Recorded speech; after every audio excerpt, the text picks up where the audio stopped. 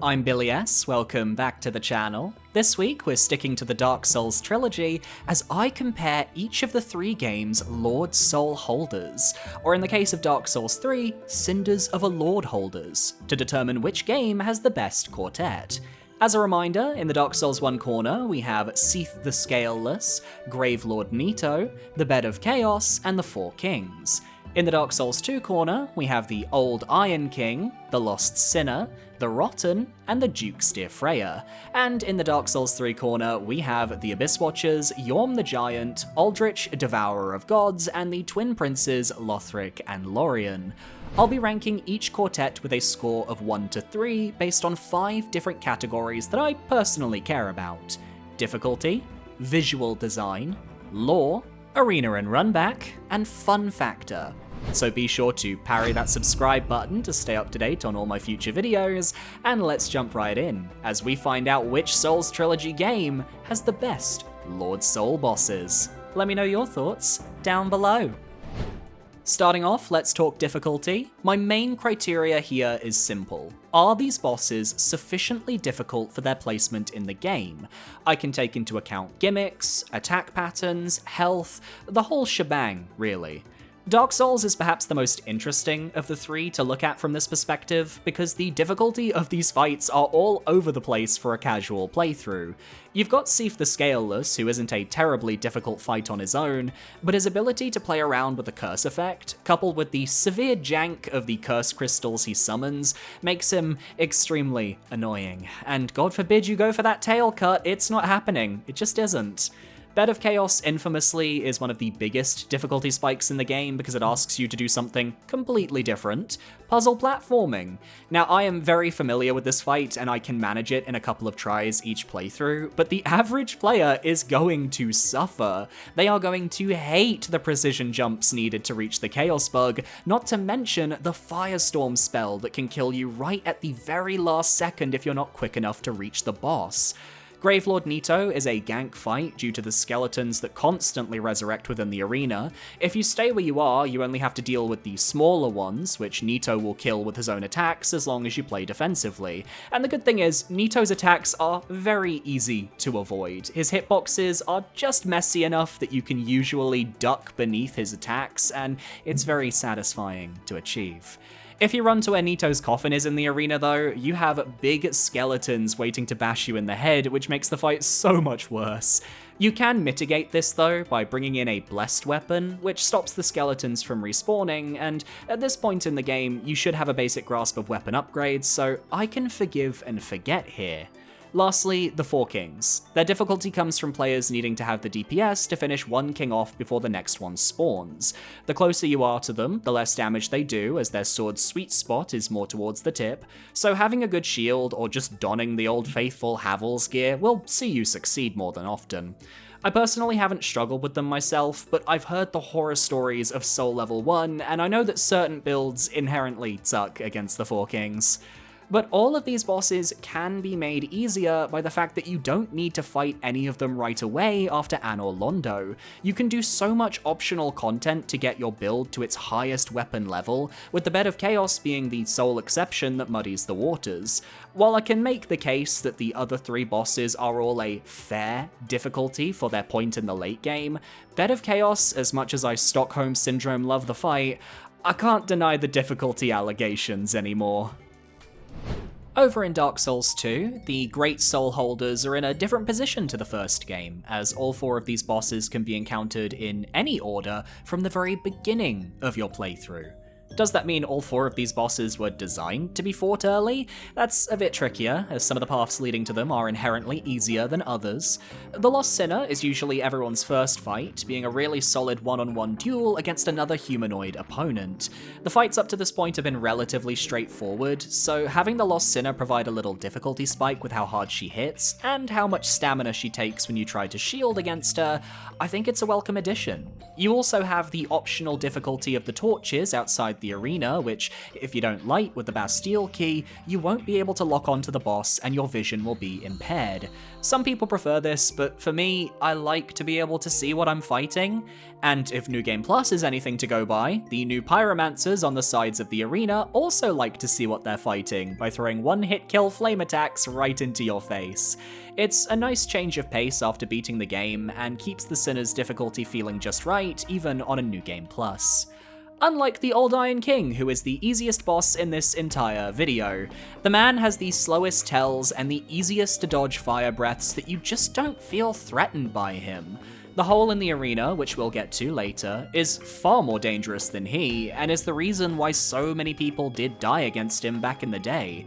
But if you can beat Ceaseless Discharge in Dark Souls, you can beat the Old Iron King in his meager health bar. He needed a weapon, a whip or something, to really spice up the fight and get those Balrog claims going. The Rotten continues this mid-streak, being the most farmed boss in the entire game.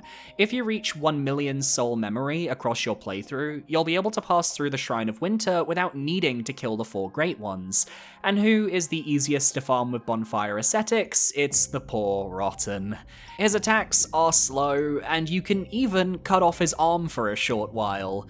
While I definitely wasn't the best at his fight in my footage, I can still recognize when he's not in the same league as some of the others. His AoE and the pools of oil around the arena are the most dangerous parts of the fight, and give it enough difficulty to make me think I can see what they were going for, but I still wanted a bit more from him. Lastly, Duke's Dear Freya is dependent on 2 different things. 1. Are you carrying a torch? If so, the spider's minions will not attack you during the boss fight, which allows you to focus on Freya herself. 2. Have you accidentally broken both of Freya's heads? Yeah, that's a stupid mechanic where you can actually break off both her heads after doing a certain amount of damage, making her impossible to kill as she then lacks a weak spot. It rarely happens, never happened to me in a playthrough, but the fact that it can is pretty damning. Beyond that, Freya's mandible snips and her slow lasers are simple enough to dodge, but you need to have an understanding of Dark Souls 2's hitboxes, as sometimes it can trip you up. With the Lost Sinner and Freya's difficulty relatively fair, and the Rotten having a tough arena, it really is just the Old Iron King failing to slay the runway on this one. Taking a trip to Lothric, Dark Souls 3 continues the trend of all 3 of these games having unique setups for their bosses' progression, as instead of being able to take any of them on in any order, you have to beat the Abyss Watchers, then pick between Aldrich and Yorm, ending on the Twin Princes. As such, each battle happens either at early game, mid game, or late game. Starting with the Abyss Watchers, they are a perfect level of difficulty separating the early portion of Dark Souls 3 from the middle. They have a low enough health pool that you can reasonably take them down. Their moveset between phases is exactly the same, with phase 2 adding a few fire effects and slightly lengthier combos to dodge through. You even get a free buddy to help you out during phase 1's gank. I recently beat Dark Souls 3 on Soul Level 1, and it wasn't that difficult to overcome the Abyss Watchers, taking around 4 to 5 attempts. If you want more info on that, you can check out my Dark Souls 3 Soul Level 1 boss ranking video, or you can become a channel member for $4.99 and gain access to the entire Soul Level 1 Let's Play playlist that comes out every Wednesday or Thursday. No notes, a perfect difficulty. Yorm and Aldrich, meanwhile, are tackled at the same point in the game, one clearly easier than the other. Yorm is a gimmick fight through and through, taking just a handful of hits from the Storm Ruler's charged ability to defeat him, which works, the fight plays out as the developers intended, but when your fight feels easier than High Lord Wolnir or Vort of the Boreal Valley, I can't help feeling they could have done something more. Have Yorm gain invulnerability from the Storm Ruler for a short while, and focus on making the player dodge a host of combos before their next opening. You do that to an extent in the game, but I feel like you could make him more aggressive. And if you bring Siegward in doing his questline, God forbid that giant is going down as long as you equip that Storm Ruler in time. Aldrich, meanwhile, feels like the actual cap-off boss for the mid-game. He has a difficult moveset with a lot of magic projectiles, soul arrows, real arrows that track your position and make you want to rip your hair out. He's got fire coming from beneath him, which I imagine drives the no-hit runners insane, and he can even break out the Life Hunt Scythe and tons of melee moves as he feels like. I really struggled with him in my recent Soul Level 1 run, but I think when you have a fully leveled character and you're able to equip good armor and rings, Aldrich's difficulty seems fair. Finally, the Twin Princes, my babies, they are perfect, I have 0 notes. Phase 1 is all about learning the moveset and getting used to the teleports, with some sneakily slow attacks in there to catch panic rollers off guard, but the difficulty stems from Phase 2. The moment Lothric starts tossing out magic projectiles on top of the Lorien teleports, you have a fight that takes a lot of energy to keep track of, and yet feels so satisfying difficulty-wise to pull off. I really think by this point, FromSoft understood how to develop their difficulty, and it shows. With 3 of the 4 bosses having near perfect difficulty, and the other being an understandable gimmick fight, I've made my decision. Dark Souls 2 gets the 1 point in this category, as none of these fights are particularly standout save for the Lost Sinner, with the others being mere bumps in the road difficulty-wise. Dark Souls gets the 2 points, as while the gimmicks of the fights are a little annoying and the Bed of Chaos exists, the other 3 battles all have relatively fine difficulty that can be managed with the right preparation. Dark Souls 3 easily gets the 3 points here, with Abyss Watchers and Twin Princes being a perfect start and end point in terms of that difficulty through line. Aldrich fully depends on build, but with a normal playthrough and no leveling gimmicks, he's fine. And Yorm, you can go sit in the corner with your McDonald's Happy Meal bestie, he didn't bring anything to this category. Next up, we have the visual design category, which literally just means, do I like the artistic design of the boss? This is a purely subjective category, as my tastes won't be the same as everyone else's, but I'll try to rein it in a little bit. So let's start with Dark Souls 2 this time. Juxtia Freya is a giant fucking spider. The fact that she is going to be back in Elden Ring Night Rain is actually a crime against me personally, and my arachnophobia.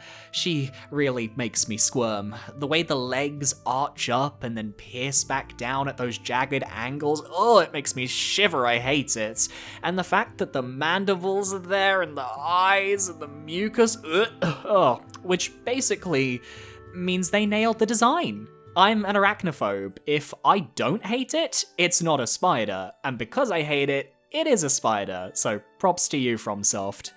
Old Iron King is a Balrog you bought from Poundland, and I adore him. I'm sorry, I'm very basic. I love demonic creatures, I love the lava theming, he's got a disturbingly perky bakery behind him, and I have to wonder which developer thought he needed that, shape. But thank you. He definitely needed the wings as well to give his model some more dimension, even if he never ends up using them. I just wish there was more to him. As said, a weapon or something to really give him uniqueness. I really think if they went full Balrog with the whip, it would have been epic. The Rotten is disturbing, this pile of corpses that is reanimated into this cage, providing a home for the departed that fell into the Black Gulch. He just wants to make his statues and be left alone with his giant meat cleaver, and meeting him for the first time was an experience. He looks like something out of Silent Hill or The Evil Within, which I really adore. It's such a stark contrast from everything else, and given he's supposed to be linked to Nito via his Great Soul, it makes sense. They used skeletons in Dark Souls 1, now they're using full corpses. Lovely. And then the Lost Sinner is a brilliantly simple design. She's been left in rags like a prisoner who was forgotten. There are chains around her legs, her hands are bound together by a wooden handcuff, forcing her to fight two-handed the entire time, and the penal mask on her head, it reminds me so much of the man in the Iron Mask tale from the Three Musketeers, which I watched the Banana Splits Hanna-Barbera cartoon of as a kid, and it fits her perfectly. Is there anyone else out there who knows that reference? Please tell me there is. I don't want to be old. Add in the chaos bug that crawls into her mask that ties her back to the Witch of Izalith in the first game, and I'd say she's my favourite design of the four. Stepping forwards to Dark Souls 3, this is another set of really well-designed looking bosses. The Twin Princes have this really cool dichotomy between Lorien's perfectly tailed armor and kingly crown helm that you'd think befits a lord, only for it to be revealed that the true Lord of Cinder is Lothric, the younger brother who is dressed only in rags. Yes, his cloak still has a regal golden trim to it, but that fabric is musty and in a clear need of a wash. Coat that shit in Persil detergent, this is an emergency. The Abyss Watchers are also pretty iconic, taking a very Bloodborne-inspired approach to their armor set that really helps them stand out among the rest of Dark Souls 3's roster.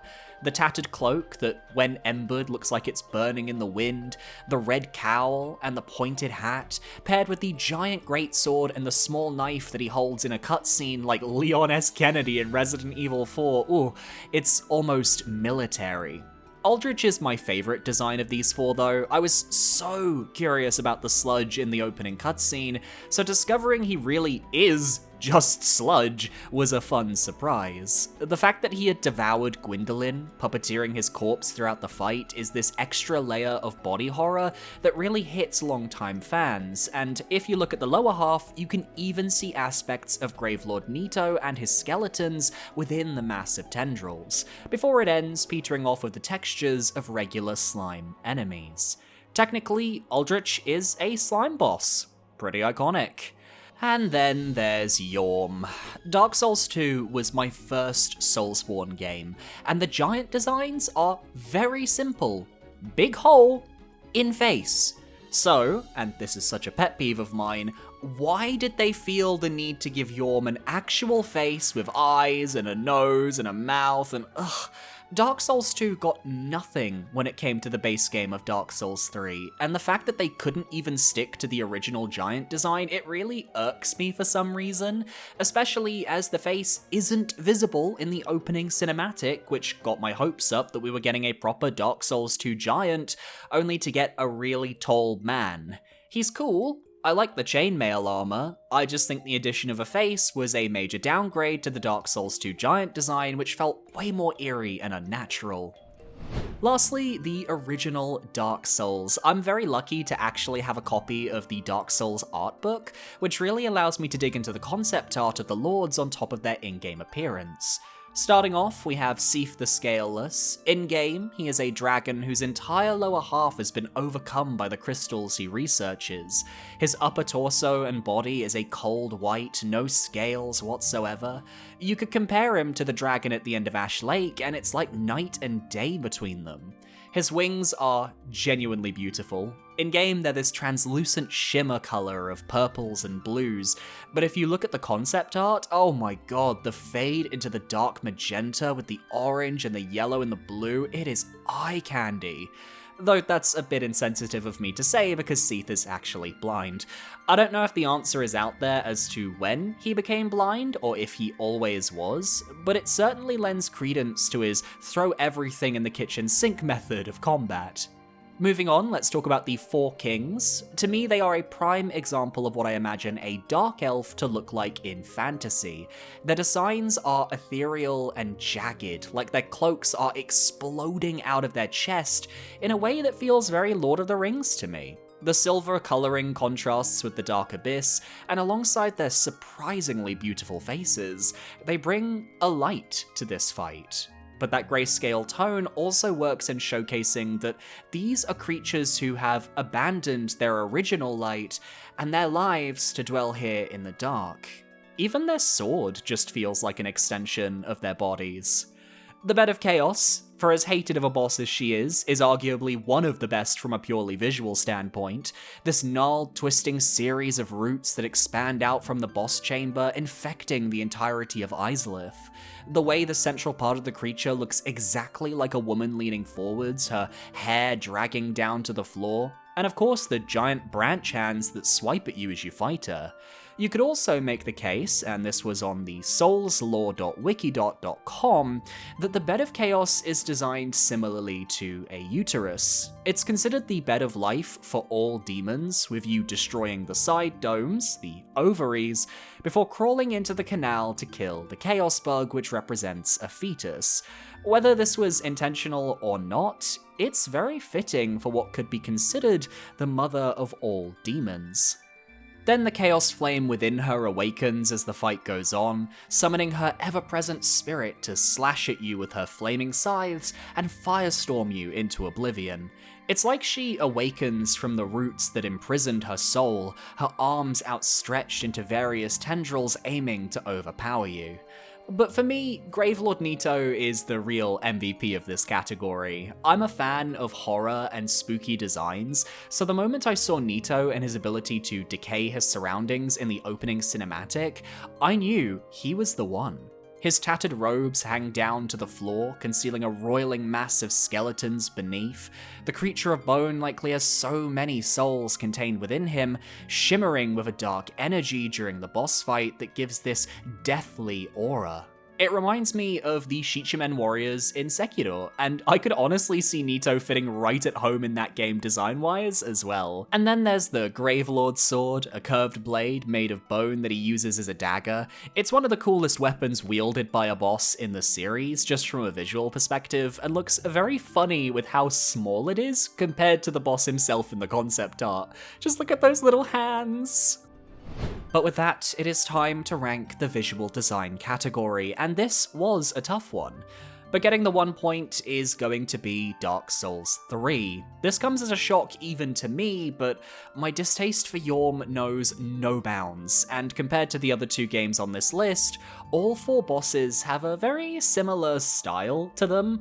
I'm a big fantasy nerd, so I'll always give the edge to the more creative, fantastical creatures of the early games. Beyond that, I'd argue Dark Souls 3's lords feel a tad derivative as well, Yhorm being a badly done Dark Souls 2 reference with a Demon Souls Storm Ruler gimmick, and the Abyss Watchers having clear Bloodborne inspiration. I think the other 2 titles, because they came earlier in the series, had more originality with their designs. Dark Souls 2 takes the 2 points. I love me some Old Iron King, that bakery will never close. I think Duke Steerfreya is the best designed spider in the series. The Lost Sinner is a flawless design, no notes, and the Rotten is genuinely horrifying in a way that I really love. But Dark Souls, you are taking the 3 points. They went all out with 4 entirely different designs for each of the 4 lords, and it helps all of them to stand out. A Gravelord made up of a giant mass of skeletons, a crystalline white dragon, a quartet of dark elf-inspired abyss lurkers, and a mass of roots that somehow manages to convey the feeling of the Witch of Izalith perfectly. Now we're hitting the big category. It's lore time, baby. Whether it's on the surface, or you have to dig deep to find the stories hidden away, I think boss lore can elevate an otherwise middling encounter, and we have a few prime examples coming up. Starting with Dark Souls 1, we have Gravelord Nito, Seath the Scaleless, and the Witch of Izalith, all fighting against the Everlasting Dragons. They each found a Lord Soul that granted them the power to bring about their own age, and alongside Gwyn, Lord of Sunlight, they fought for that future. But following this war, they began to drift into their own separate paths. Nito is perhaps the least interesting, choosing to return to the Tomb of the Giants to slumber once more. He rules the Gravelord's Servant Covenant, which aims to spread disaster across the worlds of the various undead, which makes sense, as Nito is the god of death and disease, and would likely be at odds with the undead who cannot die. The Witch of Izalith, meanwhile, realizing that the first flame was fading, decided to create her own chaos flame with her pyromancy. While it sounded like a smart idea on paper, the reality was that the chaos flame was impossible to control, engulfing the witch and her followers, including her own children, forming the Bed of Chaos. The Bed of Chaos created demonkind and disfigured many of Izalith's children, such as Ceaseless Discharge, Quelaag, and the Fair Lady. How fitting that the Bed of Chaos was formed through the greed of man and the desire to keep the status quo, a deserving end for the Witch of Izalith. Seath the Scaleless easily has the most interesting lore of the quartet, being a dragon who betrayed his own people, blessed by Gwyn with a fragment of a Lord Soul, and became a Duke of Anor Londo. The dragon, throughout his research in the Duke's archives, became obsessed with the idea of achieving true immortality. As he lacked the scales of his everlasting brethren, he was considered weaker than a regular dragon. So he turned to a primordial crystal he pillaged when he turned on his kind.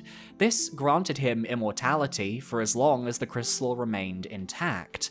But Seath's lore is also important in the sense that he ended up becoming the grandfather of modern sorcery, aka he's the reason why you can do easy magic builds in Dark Souls, and I think that's kinda neat.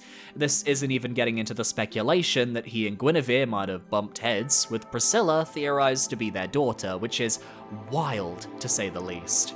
The Four Kings, though, are the weakest of these bosses in terms of lore.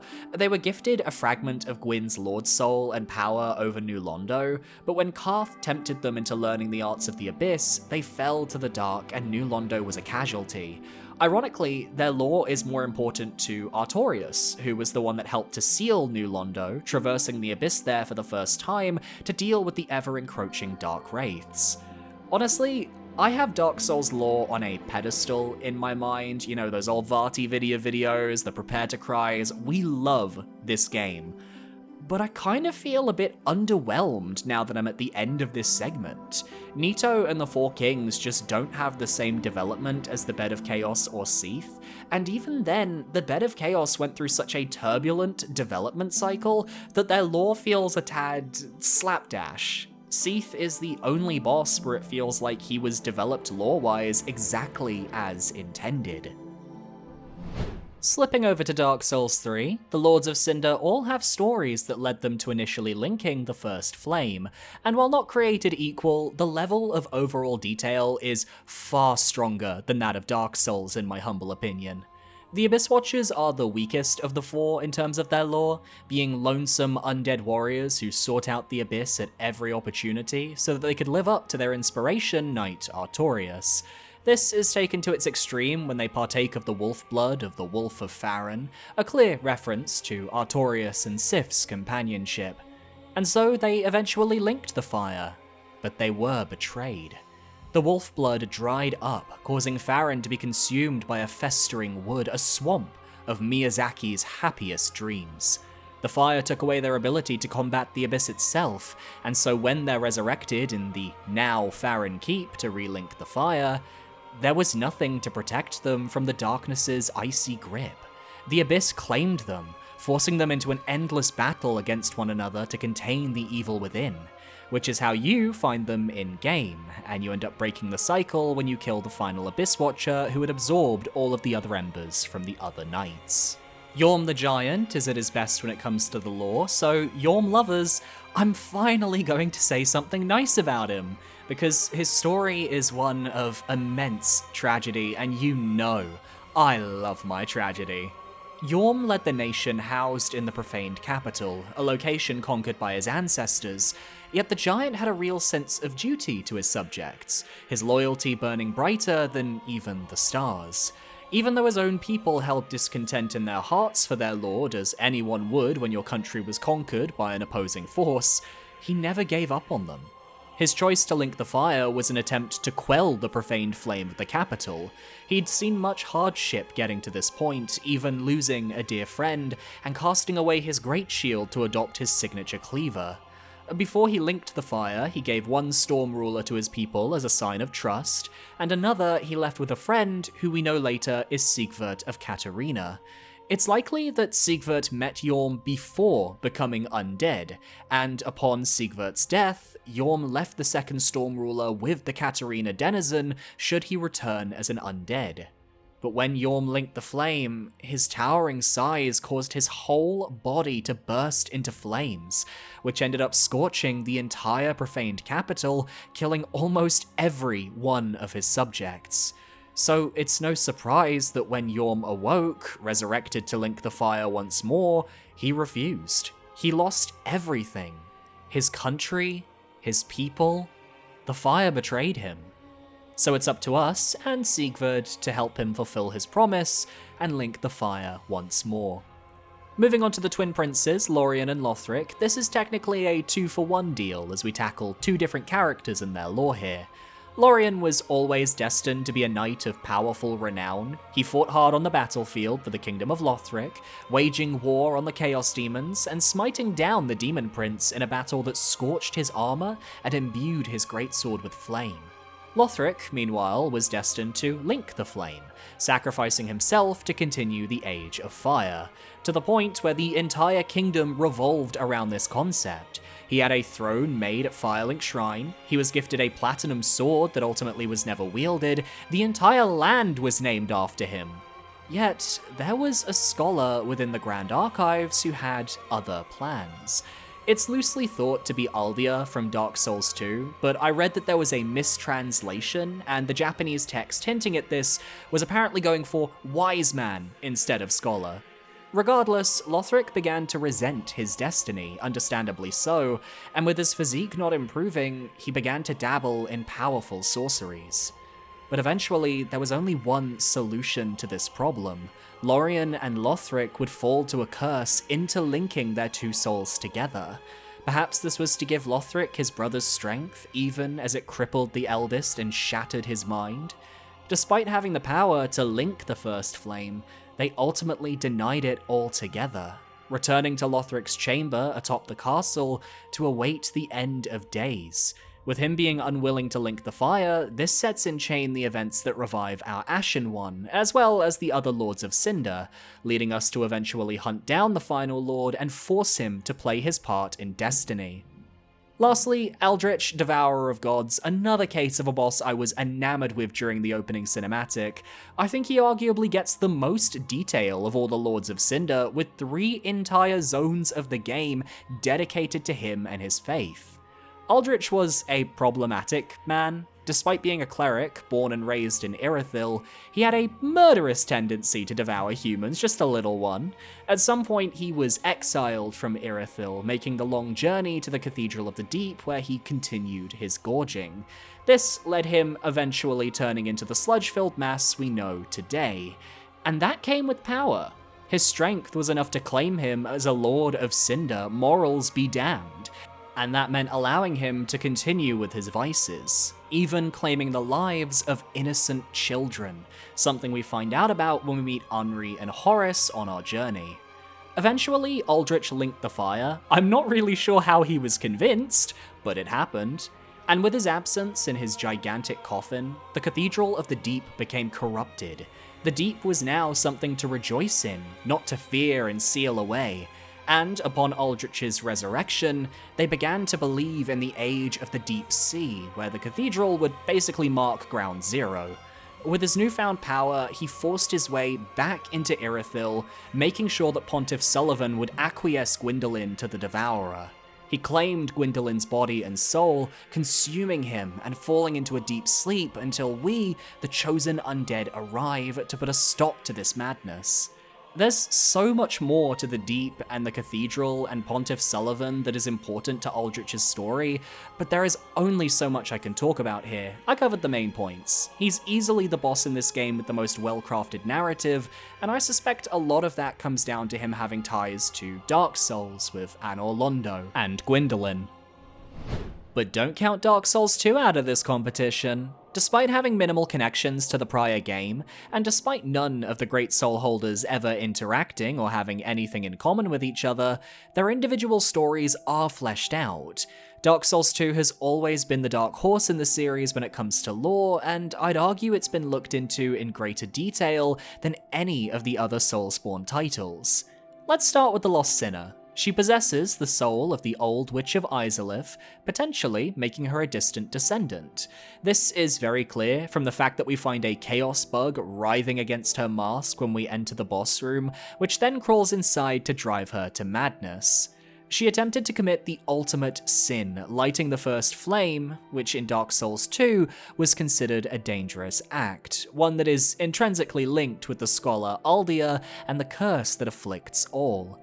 But this happened so long ago, with the sinner ultimately choosing to confide herself within the Lost Bastille so that she might repent for her actions. She wears a mask that digs into her face, handcuffs to restrict her movements, and a straitjacket. The fact is, the door to her cell has always been unlocked. She could walk out at any time. On top of this, it's theorized that the Chaos Bug is actually what controls her during the fight. Perhaps her imprisonment is because if the Chaos Bug were to gain full control, it might attempt to light the first flame once more. Ultimately, history could be the reason behind why her actions are so vilified. After all, this talks about lighting the first flame, not linking it. And who in the past attempted to light their own first flame from nothing? The Witch of Izalith. And whose soul does the lost sinner contain? It's all very roundabout, but it makes a lot of sense if, back in her time, the Witch of Izalith's story was one of warning to the lost sinner.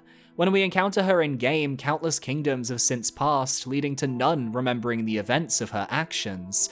It's all very blasphemous energy, not gonna lie. On the other end, we have the Rotten, described as a patchwork entity born from an amalgamation of lost souls and the withered bodies they inhabited.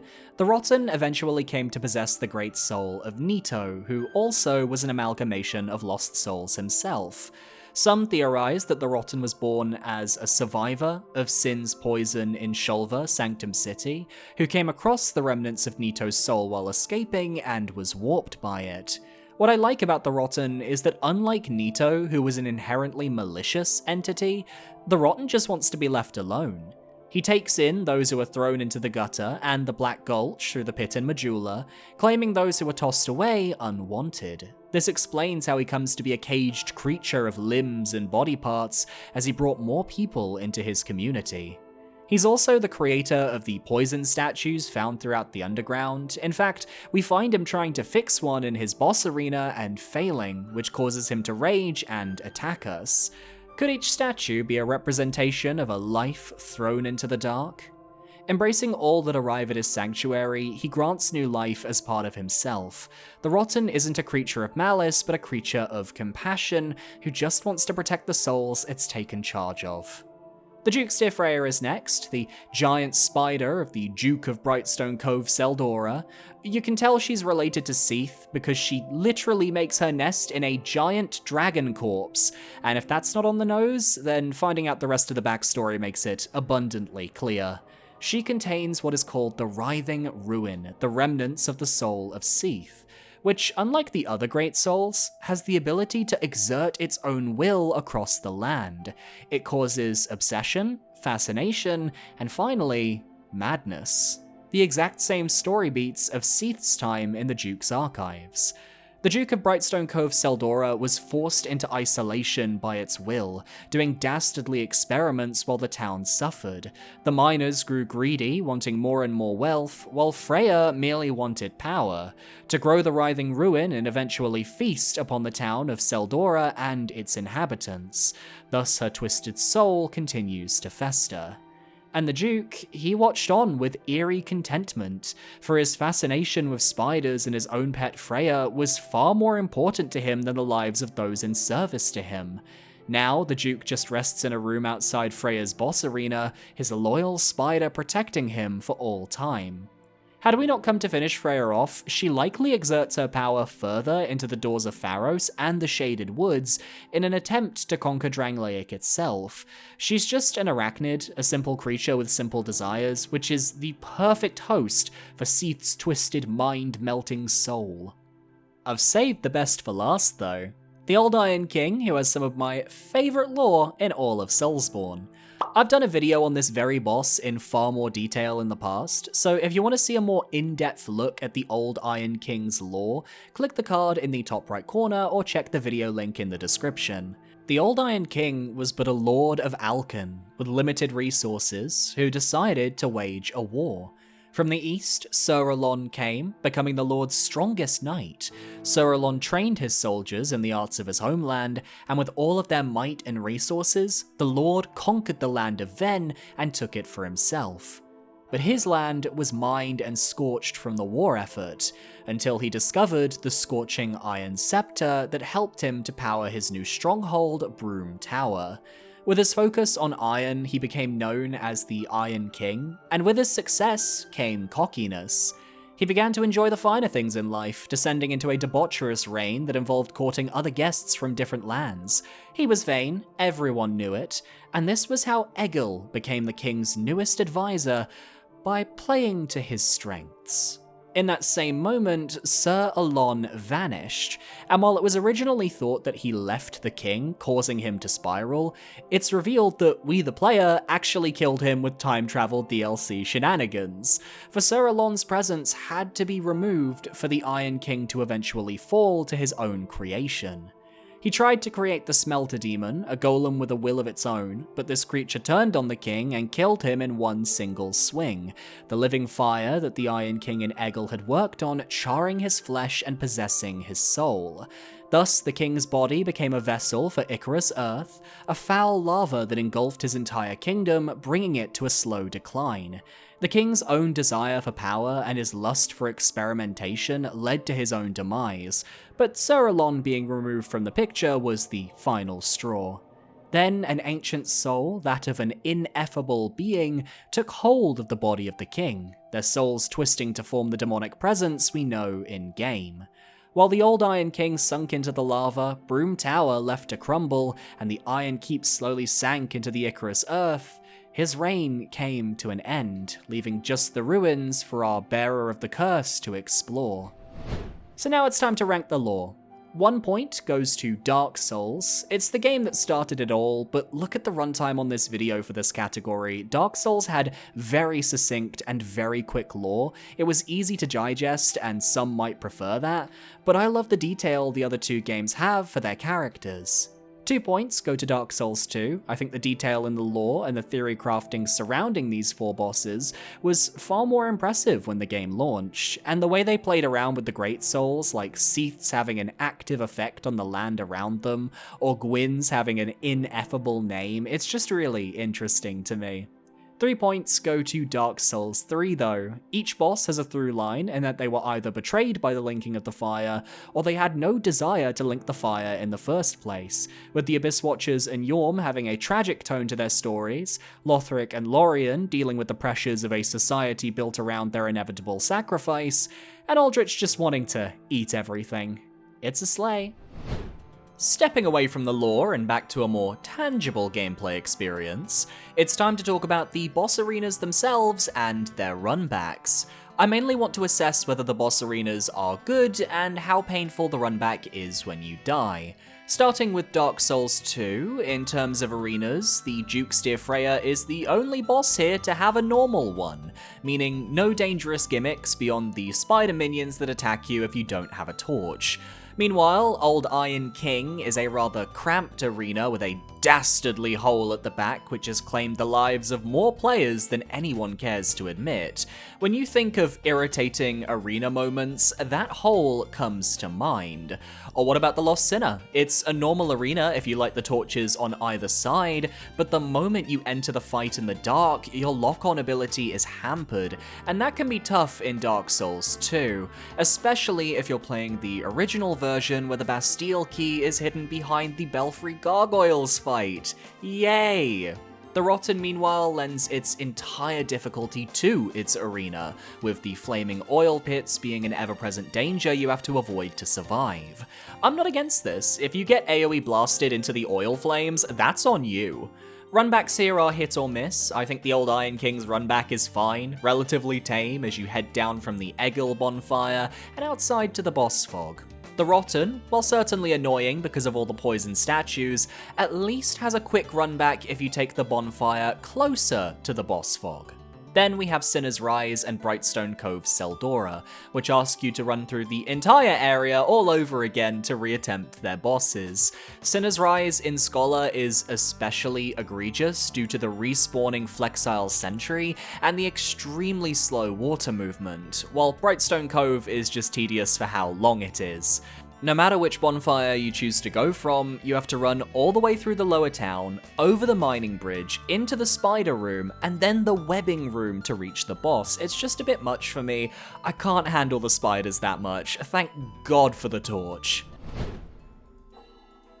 Dark Souls 3, the boss arenas are all very straightforward. There aren't any gimmicks to contend with, and I personally feel all of them give you ample space to handle each boss's attacks. The pillars in Aldrich and the Twin Princes give you some room for error to block attacks, and the aesthetic of all these arenas is gorgeous. The feathers littering the floor of the Twin Princes, the hordes of treasure piled up in Yorms, the sludge and the blowing cold curtains in Aldrich's, and the many corpses of the Abyss Watchers in their fight, it all works. Runback's honestly pretty tame, but a decent length. Abyss Watchers sees you running through the path to the mausoleum with the Dark Wraiths and the regular enemies nearby, which can be mostly avoided if you hug the right wall. Aldrich, once you open the main gate of the cathedral, is just a straight run forward simulator where you need to dodge a few Silver Knights and some fireballs to reach the fog. Yorm just involves running down a fallen pillar, avoiding a gargoyle and the profaned flame to reach the inner temple where the boss fog is just a few steps away. And the Twin Princes are laughably simple if you unlock the elevator to the right of their chamber. If you don't do that though, like I forgot to do in my first ever playthrough, you have to run through so many enemies. Oh god. Lastly, Dark Souls. Let's get the good arenas out of the way first. I think Seath's Cavern is perfectly fine, a tad cramped for just how massive he is and how dangerous his moveset can be if you get cornered, but nothing crazy. The Four Kings literally has one of the best arenas in the series. Fighting in the Abyss is just such a striking moment, as long as you don't accidentally fall out of the world. Whoops. As for Nito, the forced fall damage every time you enter his fight is genuinely awful and, dare I say, shitty design, combined with the circular room that has skeletons that will aggro onto you, and I just don't like this arena gameplay-wise. Visually great though. And Bed of Chaos. The whole arena is the fight, and precision platforming and trying not to fall down very obvious holes is not very fun at all. Probably the worst arena on this list. Runbacks? Seath is awful. The Crystal Cave crystals are so slippery that sometimes you find your character banana peeling off to the right when they shouldn't. But I'll never forget where those invisible bridges are for how many times I had to run through this place, that's for sure. Gravelord Nito, another awful runback. Going through a darkened part of Tomb of the Giants just to end up in the baby skeleton room with pinwheel spam before the boss? I hate it so much. Bed of Chaos, it's not good. Whether you go from Daughters of Chaos and take the elevator and shortcut past the Titanite demon, or whether you go from the illusory wall bonfire and climb up Izalith from the roots, it just doesn't work. The problem is that you'll get into the boss fight, likely fall down a pit in 10 seconds, and then you have to do that long run back over and over again. When you spend more time doing the run back than you are in the boss fight, there is a problem. Lastly, the Four Kings. I actually like this run back. Whether you go from Firelink or the bonfire in the Darkroot Basin that connects to Valley of the Drakes, I've developed some good shortcuts to make it to the boss store. Draining the water makes it so easy to just drop down to the lower levels and skip a ton of Dark Wraiths. And New Londo's creepy aesthetic is super cool to me. I love running through it. So yeah, Dark Souls takes the #1 point. Nito and Bed of Chaos's arenas, combined with multiple frustratingly long runbacks, just tanks the game's stock in this category. Dark Souls 2 takes the 2 points. As much as I wanted to give it the full 3, as I actually respect all the boss arena gimmicks, the runbacks just let the game down with Brightstone Cove Seldora and Sinner's Rise taking excruciatingly long to complete. Which means Dark Souls 3 takes the 3 points. The runbacks are just the right length for most of the bosses, with the Twin Princes being the only one that felt a bit underwhelming. The arenas, meanwhile, are just so aesthetically pleasing that I don't mind that they're all just giant rectangles. Lastly, we have our quickfire category, Fun Factor. This is where my original ranking idea for this video comes back, as I'm going to rank each of the 12 bosses from my least to most favorite. Then I'll figure out which games have a higher or lower average to determine the final points. This is going to be quick, so hold on to your seats. At number 12, we have the Old Iron King. While I adore this boss's lore, I think everything else surrounding the fight is just not up to par compared to the rest of the roster. At number 11, we have Gravelord Nito. Forced fall damage in minions, combined with an awful boss run back, no amount of cool boss visual design can save you here. At number 10, we have Yorm the Giant. I love his lore, but I find his fight overall to be a big disappointment. I'd argue the Storm King was a harder fight in Demon Souls, and we've seen this fight done better since in Elden Ring with Rykard. At number 9, we have Seif the Scaleless. I just really dislike his moveset, and I find his runback extremely irritating.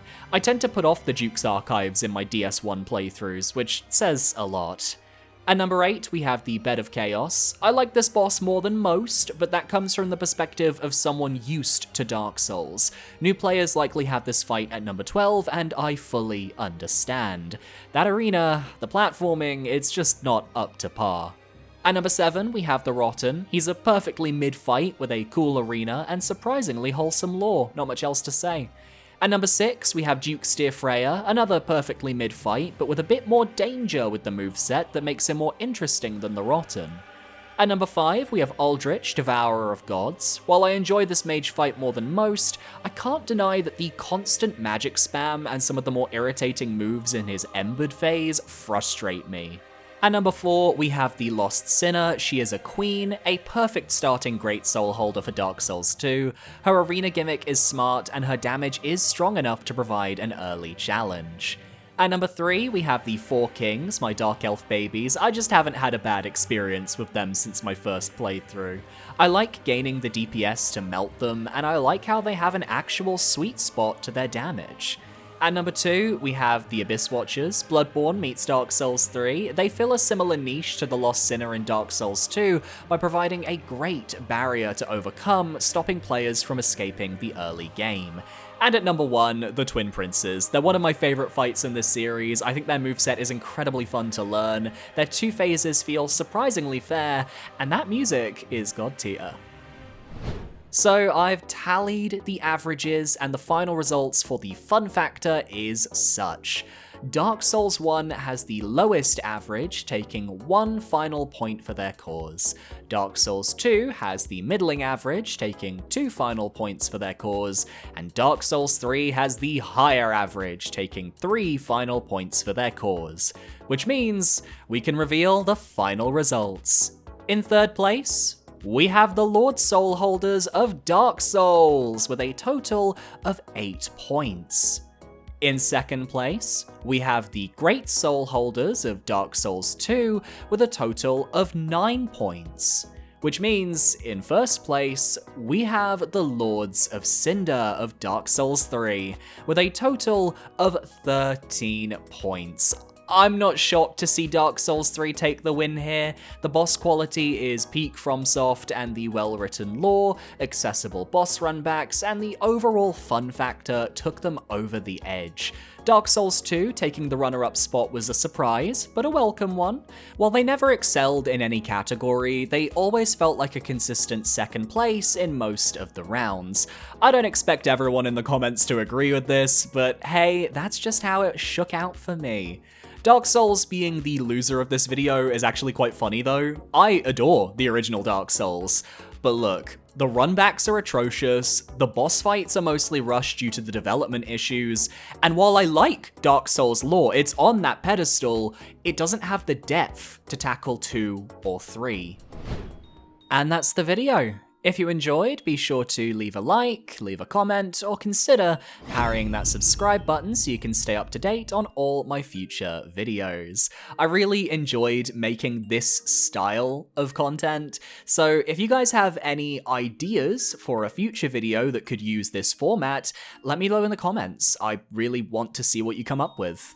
I want to give a quick shout out to my YouTube channel members for supporting me for another month. You guys are amazing. It's $4.99, gives you early access to future videos, gives you a shout out in the description at the end of videos as well, and it gets you a special Dark Souls 3 Soul Level 1 Let's Play. How fun.